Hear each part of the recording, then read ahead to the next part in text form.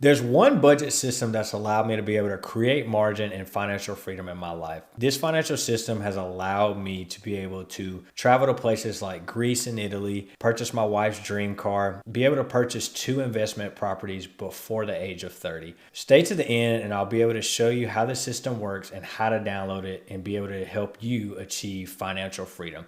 So why doesn't budgeting work for most people? Unfortunately, we hear the word budget and we're like, oh, I don't want to do it. It's a really hard thing. It's almost like a curse word to most of us because it's something that we have to think about and we have to face reality. But one of the main reasons why budgets don't work is because 83% of households commingle their funds. And you're like, what the heck is commingling? Commingling is simply that all your money is flowing into one account and then all your money is flowing out of that same account. So for example, you have different bills. You have your mortgage, you have car payments, you have Wi-Fi, phone bill, but it's all in one account and all these things have different dates. So your mortgage may come out on the 1st or the 15th. Your phone bill may come out on the 22nd. You have another bill that comes out on the 7th. And what ends up happening with this method is that people end up not having enough because different amounts are coming out at different times at one account. And then what ends up happening is you don't have enough. You have to use a credit card to be able to pay off a bill because you didn't plan or you weren't prepared for it. Now you're back in this race of trying to get out of debt, but also trying to keep up and be able to do those things. And so what we need to do is figure out why aren't people financially successful? And so there's 2 main reasons on why people aren't financially successful. We have to face the elephant in the room. What's the elephant? We have to be able to track our spending, know how we're doing right now. And I know there's a lot of anxiety. There's a lot of stress about actually looking at your bills and actually looking at what you're spending money on. How many times you've been to Target? How many times you've been to Starbucks this past month? Have I spent $200, $300 on coffee? And those things are great. I think it's great to be able to do those things once we get to financial freedom or even plan to have those inside of our budget. But just frivolously swiping our card, not having a plan, it's just a really bad pathway to not being financially free. Scientific studies show that people who are more financially aware about their situations have a higher chance of being financially successful. And so we have to be able to just face the elephant, maybe go back and look at how we spent our money last month or where we are right now. Because I know personally, once I started to do that, and it was a hard time to look and see how many times I had bought multiple pair of shoes or was buying video games or things that I just wasn't planning for and having to get myself out of debt because I was just spending money that maybe I didn't have. But what ended up happening was I ended up creating a system for my money, creating a plan, creating some discipline. And that system has allowed me to be able to do the things that when I want to be able to do them with the people that I love. And it's been very successful for me. And I want it to be successful for you too.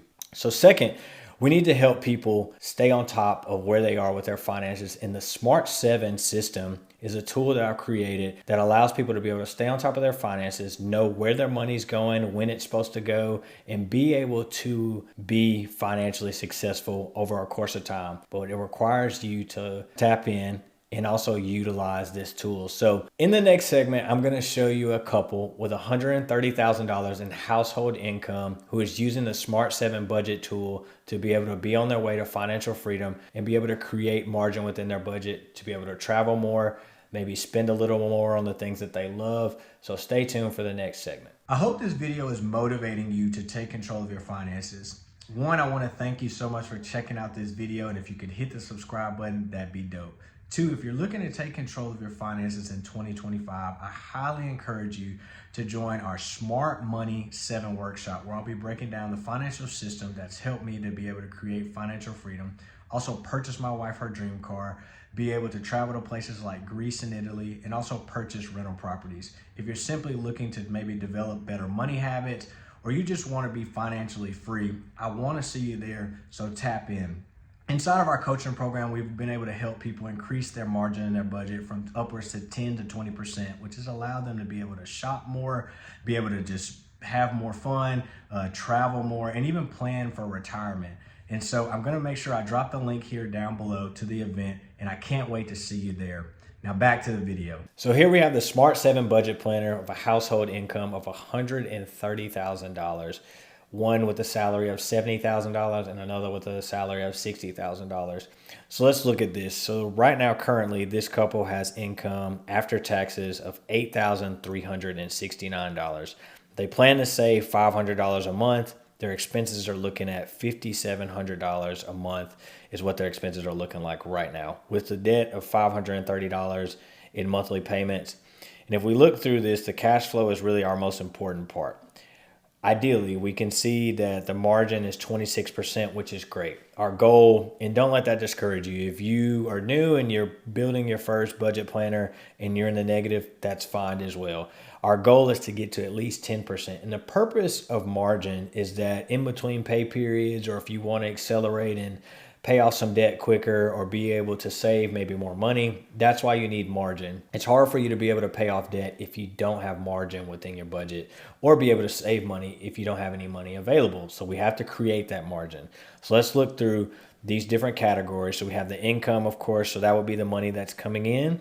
And then we have our savings as well. So the purpose of a Smart 7 is because you have 7 different bank accounts. And I know that sounds really crazy, it sounds extreme, but the reason for that is you have certain expenses in certain categories, and then that way you don't have to worry about certain things being pulled out of one account and not having enough in a certain amount. And I'm speaking from personal experience. There would be times where I would have money set aside for my mortgage, and then some bill would hit prior to that. Maybe it was my phone bill, and then now I'm $200 short of my mortgage. Now I'm having to go find or cash advance my credit card to be able to pay for my mortgage. Well, now if I have it in one account, all the different dates and the different expenses don't change, because those dates may be those dates, but the $1,500, as we can see in this example for rent, is always going to be $1,500 because there's no other bills coming out of that account. And so recurring expenses, let's go through the categories. The recurring expenses are going to be our expenses that are typically fixed. So they're not going to change over the course of a month. Really, these are going to be your phone bill, maybe your Netflix subscription. Wi-Fi is typically about the same. Your car payment is going to be the same, maybe a gym membership, but these are typically your fixed costs. So you're going to have all those in one category. So if we can go through this example, this couple has a $300 phone bill, a $25 Netflix subscription, and in total, if we continue to go down, they have $1,520 in recurring expenses. So we'll go over to the day-to-day, which is going to be typically things that you use on a day-to-day basis or need on a day-to-day basis. And so car insurance is obviously something that's very important. They have a $400 car insurance bill, groceries, $500 a month. And depending, all this is going to vary depending on what your budget is, but this is just an example that we're using. Utilities you're going to need and going to use on a day-to-day basis, your water bill, and you can add anything else, maybe landscaping. But some of these costs typically kind of vary. Your groceries may change, your utility is obviously going to change every month, but in total, this couple has $1,350 in day-to-day expenses. Your home, this is a separate bank account. So just a reminder, each category that we're going through is a separate bank account. So home is going to be your mortgage, or if you're renting an apartment, it's going to be just that. So, or you can add maybe home decor, things of that nature. But what you want to do is make sure that this is probably one of the most important things that doesn't need to change. So I typically advise a lot of clients to only have their rent in the home, because you want to make sure that you pay. You don't want any other bills affecting your mortgage, and you need a roof over your head. So this couple in particular has a $1,500 a month in rent, whether that's a mortgage or an apartment, which is very important. So then our fourth account that we're going to have is going to be the debt destroyer. So if you have credit card bills or you have credit card debt, this is going to be what you plan to pay. So typically we like to use what's called the debt snowball method. So if your highest debt with the highest balance really is kind of where you want to leave at the top, but the one that you want to attack first is going to be the one with the lowest balance. So their credit card statements are going to be $250 of, let's say that's the minimum payment for credit card 1. Credit card 2 is going to be $250 as well. And then credit card 3 is $30. For example, let's say that credit card 1 has a balance of $1,000. Credit card 2 has a balance of $3,000. We're going to take our margin, but also the minimum payment, and we're going to pay off that credit card, and we're going to try to eliminate this $530 in total of monthly payments that we're paying towards our credit card to increase our margin. The fifth account that we're going to use is going to be what we call giving, completely optional. If it's for your church or maybe for an organization, you can have this as an option for you to be able to give maybe to your church or an organization of your choosing. It's up to you, completely up to you. But right now, this person, this couple has $830 in giving for each month. Miscellaneous. I think this is very important. This is our sixth account because it's important. I think it is important for us to plan to have what we call fun money, or money that we, me and my wife like to call it allowance. And basically what that is the money that we can spend frivolously, do the things that we want. If I want a pair of shoes or she wants to buy anything, we can just do whatever we want. There's no discussion about it. That is your money. That's my money. And whether that is you're single or you're married, you still should create a line item for fun money. Savings as well can go in this, or you can have that. So you're thinking, okay, that's 6 accounts, Cameron. What's account number 7? So your seventh account is going to be your income account. And this account is strictly for your paycheck. So all your paychecks are going to flow into one account, and then you're going to disperse. We can call these 7 accounts buckets.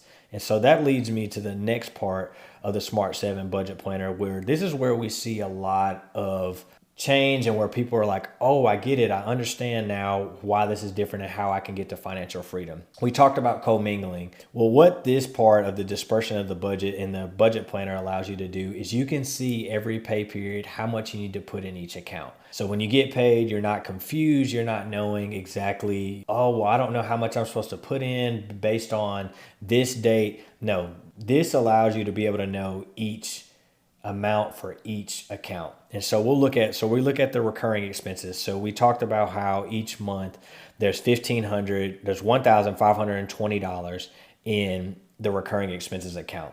So you may think, okay, well, I don't know between these 2 paychecks, who's putting how much in to get to the $1,520. So the budget planner is going to do all the work for you. So paycheck number 1, which is going to be the salary of $70,000, they are going to contribute $800, and this is based off of a bi-weekly pay period. So they're going to total, by the end of the month, they're going to put $811.67 in that from their paycheck over the course of the month into that account. Paycheck number 2, which is going to be the $60,000 salary, is going to put $708 inside of that account. But each pay period, every time they get paid, there's going to be $405. So you have $405.84 for the $70,000 salary, and then you have $354 for the $60,000. Now that leaves out any room. We have a system, we have a plan. Every time we get paid, it's automatic. There's no question. And then over the course of the month, as things are being pulled out, things are on auto draft, you don't have to worry about overdraft fees because the money is going to be there. You're not moving anything. You're not having to transfer from account to account. And if we go to even the other categories, we go to day, we have this, there's a $1,350 in that account as far as bills and expenses. Paycheck number 1 is going to put in $720. Paycheck number 2 is going to put $629. And that's going to give us our total that we need to have in that account by the end of the month. So we don't have to worry about not having enough.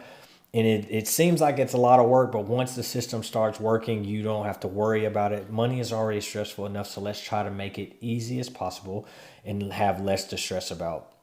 We have a savings account / miscellaneous, so it's the same thing. You have to reach your goal of $500. You have paycheck number 1 putting in $267, and you have paycheck number 2 putting in $233. Now we kind of know what we need to do. There's no confusion. It allows us to have a little bit of peace, a little bit of, basically we can breathe a little bit about our budget and our money. And so our goal, as you can see, this couple has done a really good job. They have a margin of 26%. Don't be discouraged if you create the planner and have an opportunity to see that, oh, I'm negative 15%. We've worked with clients inside of our program that have helped them from negative 15% to now being in the positive. And so use the link in the description to get access to the Smart 7 Budget Planner, to be able to use it for free and be able to be on your way to financial freedom. If you like this video, like, comment, and subscribe to get more content like this.